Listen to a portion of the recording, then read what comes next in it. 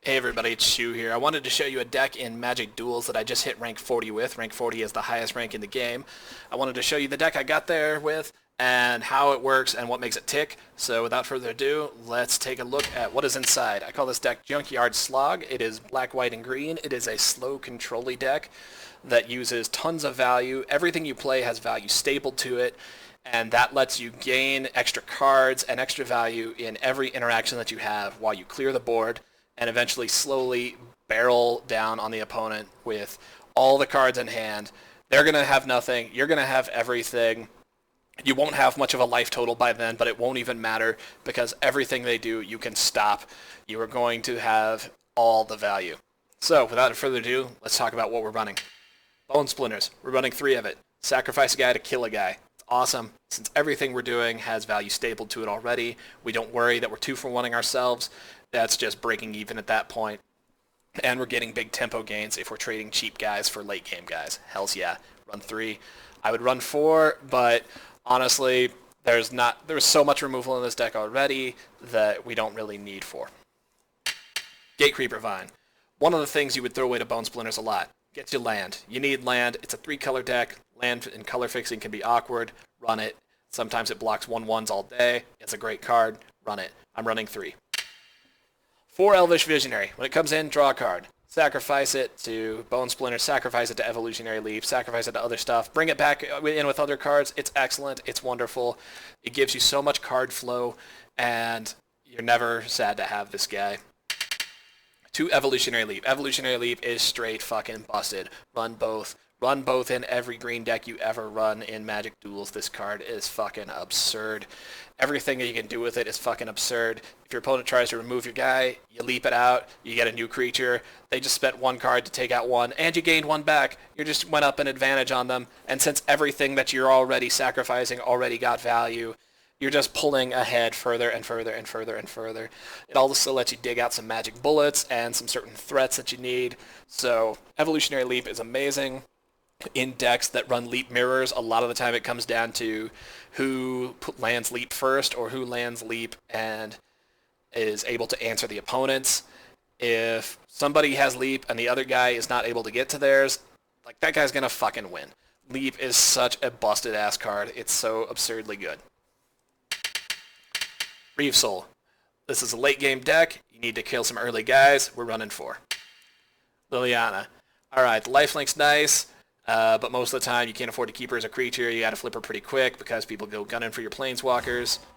This is the planeswalker side. A lot of people like to tick her up and then go for the ultimate. It's amazing. If you do it, you pretty much win. But most of the time, you're not gonna have time for that. You're gonna have to be using her X, -X to occasionally pull guys from the grave and get extra value. You're gonna be, bringing back your Elvish Visionaries to draw a card. You're gonna be bringing back your Gatekeeper Vines to find land. You're going to be bringing back Fleshbag Marauder to force sacrifices. All of that's really great, and then you just, make it go back and forth between her plus to make people discard and her minus to recur things from the grave. And it works really well together. If you're plussing 2 to make your opponent discard a card, and then the next turn you -2 to return Elvish Visionary, like, alright, You just got back the card that you were going to discard. Liliana's at the same spot she was, but your opponent is 1 card less, and the Visionary just comes in, triggers, you're 1 card more. Everything this deck does gains you value over time. Liliana's amazing. Anybody that isn't killing her is going to lose. Fleshbag Marauder. Fleshbag Marauder, if I could run 7, I would. Fleshbag Marauder is amazing. Fleshbag Marauder forces sacrifices. And since you're killing so many people already, it usually means that they're going to be trying to make some last stand with like 1 big guy's revenge or, 1 big 6/6, 1 big huge fucking creature that has to be answered, and you just answer it for 3 mana. And Fleshbag Marauder also synergizes with Elemental Bond, which we'll be looking at later. It synergizes with Cruel Revival. This guy is so much value. If I could run more than the 3, I totally would. It's a Vastwood Seer. Most of the time you just play her for the body and get the land out of it. If she flips, you probably win. But I play her for the body and for the land, and if she flips, great. A lot of the time people are going to be gunning for her anyway, so you need to start like dragging out removal. This is a good card to do that with, and then you just revive her later with a Gravedigger or something. Relevant thing here is her -2 ability to put a 4/4 token into play. That's super overlooked. Everybody tries to plus, plus, plus, plus, plus, and then go for the ult. And sometimes that's great, but sometimes you just need a body on the field. Putting a token there, that does it. People ignore it all the time. I think it's a mistake. It's a win condition. It protects Nissa. It triggers Elemental Bond to draw you cards. It's incredible. Use it more often, but don't use it twice in a row because it's a legendary token. You can only have one. Reclamation Sage. Wish we could run more, but when it's not good, it's not good. So we're only running one. We can fetch another one out with Woodland Bellower. Awesome. Blows up enchants. We need enchants and artifacts blown up from time to time. It's good to have in there. Elemental Bond. When creatures with 3 or more power come in, you draw a card. Hells yeah. We have a lot of creatures with 3 or more power, and this just adds so much value to everything that we do. And if you get Elemental Bond and you start getting some value interactions with it, like your opponent has a creature on board, you play Elemental Bond, you play Fleshbag Marauder, you trade your guy for theirs, and you're drawing a card, you're going to pull ahead. They can't answer that kind of value. It's like you're drawing multiple cards per turn, and they just can't. You are drawing multiple cards per turn, and you're answering everything that they do. I wish I could run 3, but sometimes you end up even having to blow up your second Elemental Bond yourself because you don't want to draw yourself out. Gravedigger. Gravedigger's awesome. Gravedigger lets us reuse our Fleshbag Marauders. Gravedigger lets us bring back our Planeswalkers because they're in creature form when they're in the grave. Gravedigger is recurable off of Cruel Revival. Gravedigger is amazing. The only thing that isn't great about Gravedigger is that he doesn't trigger Elemental Bond. But he's so fucking good, he's worth it. Languish. It's an aggressive metagame. You need Languish. Run 2. Guiltleaf Winnower. Love this card. It's great when it works. When it comes in and triggers Elemental Bond and you draw a card and it blows up a guy and it starts swinging and can't be blocked because of Menace, like, hell yeah, that's so much value. This guy's incredible. I would run more of them, but there are a lot of threats that are symmetrical body value, which means Winnower can't blow them up. Or they're elves. Elves are all over the place, even in decks that aren't elf decks. So it kind of lessens its value a little bit. So I just run the 1. Used to run 2. One of them got replaced by the next card. Conclave Naturalists. You need things to answer artifacts and enchantments. These are big bodies. They can win the game. They can draw off Elemental Bond. They can blow up enchantments, including Evolutionary Leap, which needs to be answered. They can blow up Thopter Spy Network, which needs to be answered. They can blow Sphinx's Tutelage, which needs to be answered. Conclave Naturalists is an answer to so many things. It's a great card. The only problem is every now and then you're just dropping a 4/4 body for 5 mana, and that's not exciting. But usually if you're in those situations, you're probably already winning. So, yeah. Cruel Revival. We're only running 3 because 3 is all that we can run, because it's an uncommon. Cruel Revival's amazing. Kill a guy at instant speed. There need to be more instant speed removal effects, and Cruel Revival is honestly the best of them, because not only are you killing a guy, you're probably bringing back Fleshbag Marauder. So if they're on an empty board and they play a huge guy and you instantly answer it and you bring back a Fleshbag Marauder, half the time they concede right there because they know that the next thing that they play is going to get killed too. It's just too much value. It's also worth noting that this can bring back Gravedigger, which can bring back your Planeswalkers. So Cruel Revival, so much value. It's an amazing card. It's easy to cast. Tragic Arrogance, the only white card in the deck. We're running 2 of it. This card is worth running white for. It's worth fucking up the mana for. It's worth the inconsistency. It's worth being softer to land kill. It's absolutely worth it because Tragic Arrogance wins games. Tragic Arrogance blows people out of the fucking water. People cannot do shit about Tragic Arrogance. Tragic Arrogance wipes out wide boards of creatures. Tragic Arrogance wipes out Thopter decks. Tragic Arrogance wipes out people that put out down a ton of enchantments. Tragic Arrogance answers all sorts of shit that no other card in this game will. And it's absolutely worth running white in this deck to run Tragic Arrogance. Tragic Arrogance is the reason that this deck made it to rank 40, and I would be hard-pressed to ever take it out. Woodland Bellower, 1 of. Because it's mythic, we can't run more of it. Woodland Bellower comes in, it's probably triggering Elemental Bond because we probably have Elemental Bond in play, and his body is fucking huge. So you're already drawing a card off that, and then it's dragging something in. It's probably dragging in Reclamation Sage to blow up an enchantment, or it's dragging in Elvish Visionary to draw a card. So in that situation, you're drawing a card off Elemental Bond. You're putting in a body, you're putting in Elvish Visionary also, you're drawing a card off that. For 6 mana, you got yourself 2 bodies, and you drew 2 cards. It's fucking absurd. This guy is so good. This guy wins games, and it's also worth pointing out that having 5 toughness means that he survives Languish. So there are a lot of times when you can just languish the board away. Woodland Bellower lives. He'll only swing us a 2/1 for that turn, which is not that great, But he's going to fuck people up every turn thereafter because you just killed everything else. Hells yeah. This guy is amazing. And also 6 power means that he is the only thing in this deck that can solo trade with Gaia's Revenge. Gaia's Revenge is super fucking good. Sometimes I consider running it. I think there's probably some version of this deck that would run it. And yeah. As far as land base, we are running for Evolving Wilds. We need to fetch our basics because we have some complicated mana costs and because we want our basics to set off our check lands so that our mana is available. We're running 6 forests, 5 swamps, 2 plains. That's traditionally been more than enough for me. Overall, I really like it. I think that there are probably ways to improve it. There's some cards that I have definitely considered trying. I've considered rejiggering it a little bit to be a little less controlling, a little more mid-rangey, to contest with, for example, Citadel Castellan and Bloodcurse Knight. Both of those are really awesome cards. Bloodcurse Knight, for example, triggers off Elemental Bond and has lifelink, which would shore up a major weakness of this deck, which is that once you've lost life, you don't have many ways to get it back. I mean, really all you have is Liliana if she swings as a creature, which rarely happens. And Citadel Castellan could be coming in off of Woodland Balor as a card. It's just fucking broken and unfair and so good. There's cases for running that stuff. We would have to give up some of the control win conditions. I'm not really sure if that's better or worse yet. It's something I'm looking to try. But I can tell you right now, this deck is good enough to get to rank 40. And without further ado, let's take a look at how it plays. Alright, we are going into a game right now. Let's see what our opponent is playing. Sometimes the opponents will sort of give away what they're playing by their choice of avatar and background. A lot of people seem to like to run just this basic one that's the default. I don't know if it's because they don't know that they can change it, or they like to be sneaky about it. I'm going to assume a guy who reached rank 40 is being sneaky about it. But let's see what we got. We're on the play here. This is not ideal, but it's also not terrible. Visionary and Evolutionary Leap will give us a little bit of play. I think we're going to keep it. And we've got all 3 colors of mana represented here because Evolving Wilds is going to fetch us a Plains. Probably.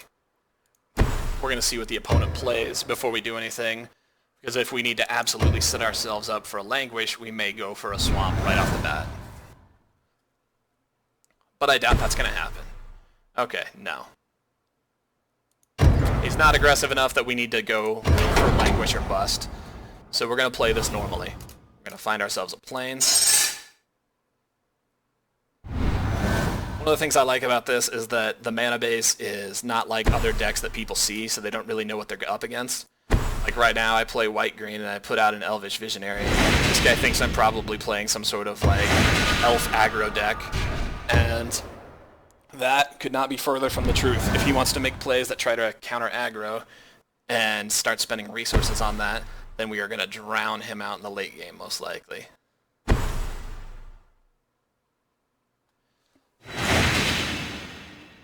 Alright. So at this point, he's probably playing a deck similar to ours, but in 2 colors. I don't know that for a fact, but black-green and starting with a Gate Creeper Vine rather than something that can attack. That's my guess. Normally I'd put down Evolving Wilds to go for another land, but I really want to play Evolutionary Leap and keep the green open, just in case. Plus, I don't know yet whether I want to be drawing for black for a Languish or white for Tragic Arrogance. We haven't really seen anything out of this guy about what he's doing yet.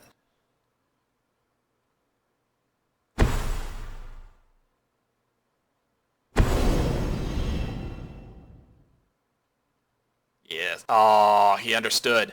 Well, see, that's the benefit of having Evolutionary Leap out there. We just blocked a Reeve Soul, basically. He was going to go for it, and then he saw that we were going to get value and it would be a waste of a card. So, that went out pretty well. So what I'm getting out of this is that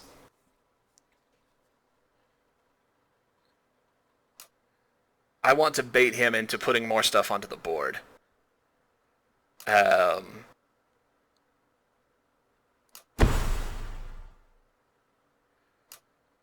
So I'm going to give him the Reeve Soul here.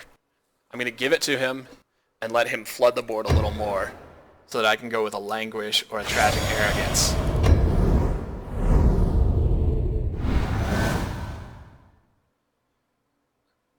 hopefully he will take the bait. Alright, it's gone that far. And we don't mind that. We paid one card to kill one card, but that already got us a card. So we're actually up a card on that interaction there. Ooh, okay. Yeah, he is definitely running a deck like ours.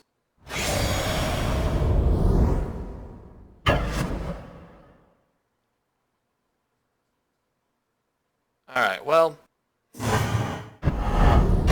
at this point, I think we're going to go for black. I would like to go for white for Tragic Arrogance, but it's unlikely that he's going to have a board that demands Tragic Arrogance straight away. Alright, yeah. And this gives us at least Languish if we end up really needing it. And if we get another land, and we don't have to play Languish, then we can play Winnower, blow up a gate, get a little value out of that, and also draw off Elemental Bond. So this is not terrible here. And you can see the slowness of this deck, both mine and his version that probably does not have the white. Like, we've made it to turn 5 or so, and I've taken 2 damage. Like, there's not a lot going on here.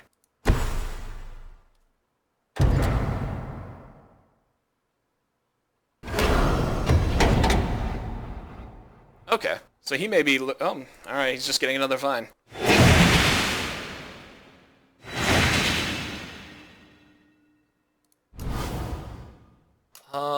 Yeah, we're gonna get that other plains now. So we've got 2 green sources, 2 black sources. So at this point, now we've got 2 of everything, basically, thanks to our multi-land.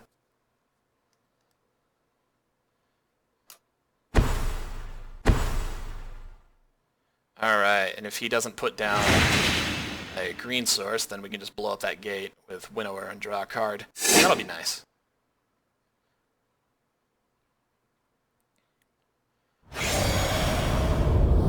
I would really like to get Forest here, or just another green source. Really another land in general. That works great. Make sure that we're leaving... Sometimes hate the mana system here. Alright, we can't. Okay, yeah. I was trying to leave open Woodland Cemetery, and I remembered we needed the double black.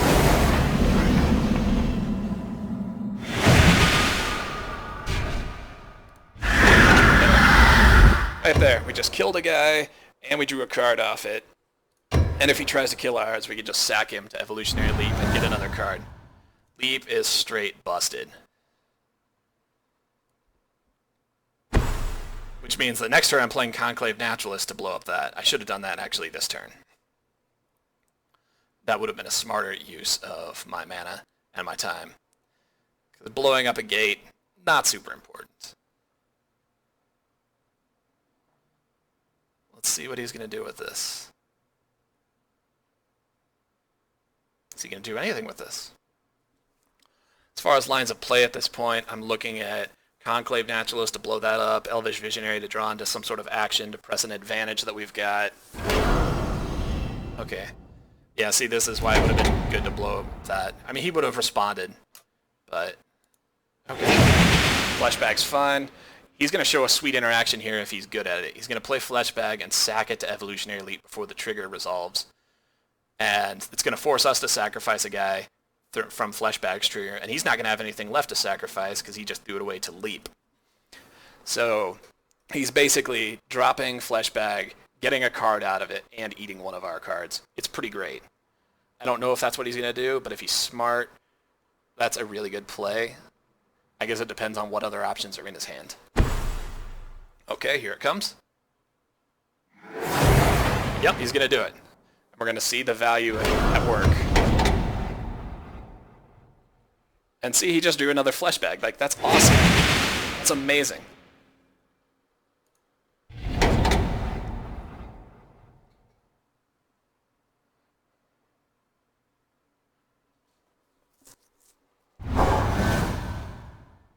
All right. So we're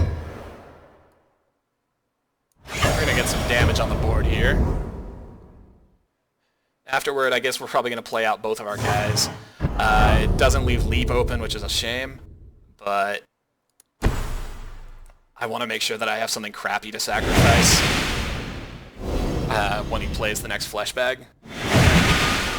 He might respond by just using Reeve Soul to pull Visionary and then drop flesh bag to make me sack something good, but that gets rid of another card at least.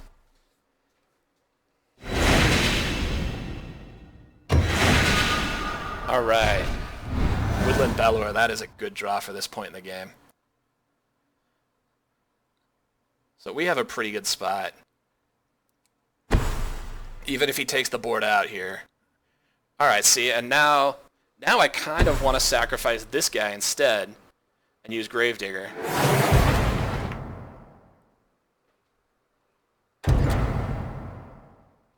But not if he's going to run out of mana. If he's going to run himself out of mana, I'm going to hit him for 10 instead. Leap is super strong. Ooh. Alright. This deck is a lot like mine. I would like to sacrifice the guy, to sacrifice Naturalists and recur it with Gravedigger and blow up his Leap. But we're about to hit him for 10. He's going to be at 6 life. Like, I mean, we just... At some point you have to go for the win.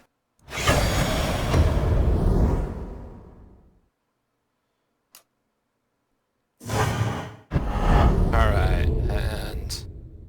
Yep, that's the best we can do here.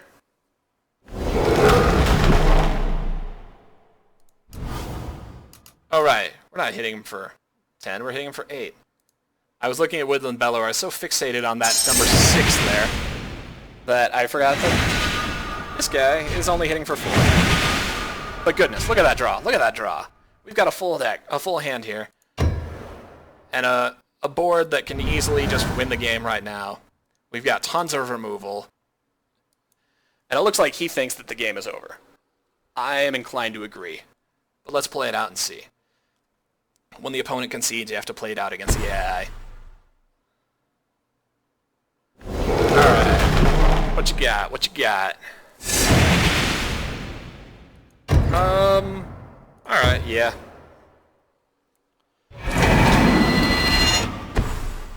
I really like Leap, but we don't need to spend the board on this. I want to keep as many guys down here as I can.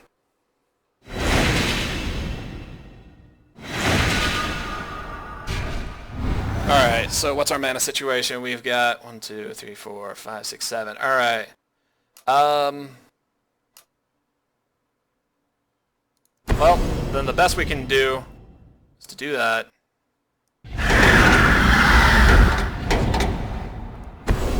Do that. And then we're getting through it. And that'll do it. Even if he blocks the 6/5, I mean, we've got 9 damage coming through it around there. So, yep. There we go. Our rank 40 deck just beat a rank 40 deck. Hells yeah. And I'm glad that we got to see something that's kind of like the mirror. I wish I could have shown Tragic Arrogance and the power of it in this deck. But sometimes you just win. And that'll do it for me. Thanks for watching, folks.